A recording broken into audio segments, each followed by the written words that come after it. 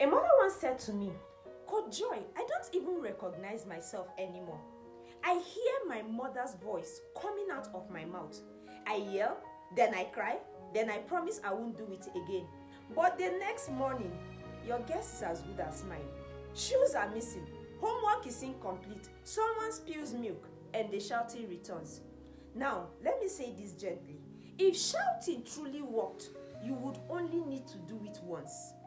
The reason you are yelling is not because your child is impossible. It is because something deeper is broken in the system. My name is Joy Bisong, founder of Intentional Family Practice. I'm a marriage counselor, a relationship therapist, a wife, and a mother of 4. I work with families across cultures, helping them build marriages that are healthy and raise children with emotional intelligence and biblical foundations. I don't just teach theories. I teach principles that are lived, tested, and rooted in Scripture. And today, I'm not here to condemn you. No, I'm not. I am here to help you understand what is really happening beneath the shouting. The Bible says in Ephesians chapter 6, verse 4, Fathers, do not provoke your children to wrath, but bring them up in the training and instruction of the Lord. Now, if God tells us not to provoke them, it means we can. Let's talk about why we do. Number 1 is lack of structure. Children misbehave most in chaotic environments. When expectations are unclear, consequences are unclear, when rules change daily, then children test daily. Structure is not control. Structure is safety. The Bible says in 1 Corinthians chapter 14, verse 33, say, for God is not the author of confusion, but of peace. So if your home feels chaotic, shouting becomes your emergency response system. So instead of yelling, create clear house rules. Make consequences predictable. Repeat expectations calmly and consistently. Structure reduces shouting because clarity reduces conflict. Number 2, emotional regulation issues in you. Just be honest. Sometimes you are not yelling because of what your child did. You are yelling because of what you are carrying. What are you carrying? Stress, marriage tension, financial pressure, unhealed childhood wounds. The Bible says in Proverbs chapter 29 verse 11, a fool gives full vent to his anger, but a wise man keeps himself under control. Emotional intelligence means you pause before you react. You regulate before you respond. If your nervous system is overwhelmed, normal childhood behavior, and I mean normal childhood behavior, will feel like rebellion. Your healing is part of your parenting. Number 3, inconsistent discipline. If consequences depend on your mood, children learn to test boundaries. If yesterday it was ignored, today it requires shouting. They will test your boundary. Consistency builds security. Inconsistency builds confusion. Hebrews 12:11 says, no discipline seems pleasant at the time, but painful. Later on, however, it produces a harvest of righteousness and peace. So discipline is not anger, it is training. When discipline is consistent, volume decreases. Number 4, no predictable routines. See, children thrive on rhythm. Morning chaos often happens because mornings are unplanned. Bedtime battles happen because bedtime is negotiable. Now, God himself models order in Genesis 1, day and night, sequence and structure. So where there is no routine, you repeat yourself, you get frustrated, you raise your voice. So instead of doing that, create a morning flow, create a homework flow, create a bedtime flow. Routine reduces resistance because predictability reduces anxiety. Number 5, emotional coaching.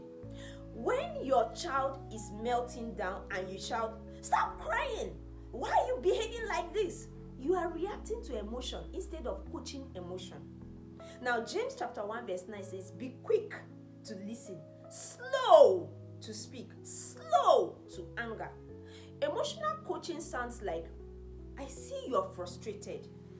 You're disappointed. Let's walk through this." At that moment, you're teaching your child how to regulate their emotion. Children who feel understood calm faster. But yelling escalates emotion. So coaching regulates it and yelling escalates it. Number 6, parental burnout. Sometimes you are not angry. You are exhausted, overworked, under-supported, emotionally drained. Now, even Moses felt overwhelmed leading people in Numbers 11 verse 14. So if spiritual leaders needed support, why do we think parenting should be done alone? You see, burnout shortens your patience. So you need rest, you need support, you need delegation, you need time with God. A tired parent has a thin emotional margin. Number 7, confusing control with guidance. This one is very deep, so listen to it. Control says you must obey because I said so. But guidance says, I am teaching you how to think and choose well. Control produces fear. Guidance produces wisdom. Proverbs 22 verse 6 says, train up a child in the way he should go. Training is intentional teaching. If your goal is control, you will shout to overpower. If your goal is guidance, you will teach to empower. Empowered children need fewer raised voices. So, let me ask you something gently. When you shout, what are you really feeling? Disrespected? Ignored? Overwhelmed? Out of control? What are you really feeling? Your child may not be the problem. The system may be. And systems can be rebuilt. So, if you want shouting to reduce, do the following things. Number 1, build structure. Number 2, regulate yourself first. Number 3, be consistent with discipline. Number 4, install daily routines. Number 5, coach emotions instead of silencing them. 6, address burnout intentionally. 7, shift from control to guidance. Parenting is leadership, and leadership begins with self-mastery. I want to say this lastly. You are not a bad parent because you yell, no. But we cannot keep spiritualizing what is structural. God will not replace systems you refuse to build. If you lack structure, build it. If you are inconsistent, correct it.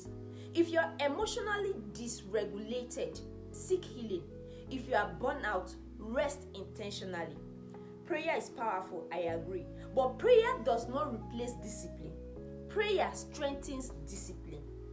Peace in your home is not accidental. It is intentional. Now that you understand the real reasons behind the shouting, here is the truth. You don't just need deliverance, you need development. You don't just need prayer, you need structure. And once you have committed to building that structure, regulating yourself, becoming consistent, installing routines, coaching emotions, and shifting from control to guidance, then you pray. You are praying now, not for magic, but for strength to sustain the systems you are building. Because scripture says in James chapter 2 verse 17, faith by itself, if it does not work, is dead. So build, adjust, repair, take responsibility, and then you ask God to strengthen your hands for the work. This week, don't just pray about shouting. Audit your home. Audit your consistency. audit your emotional regulation. God partners with parents who are intentional. My name is Joy Bisong, founder of Intentional Family Practice, marriage counselor, relationship therapist, wife, and mother of 4 children. If this blessed you, please like, comment, and share with another parent who needs this clarity.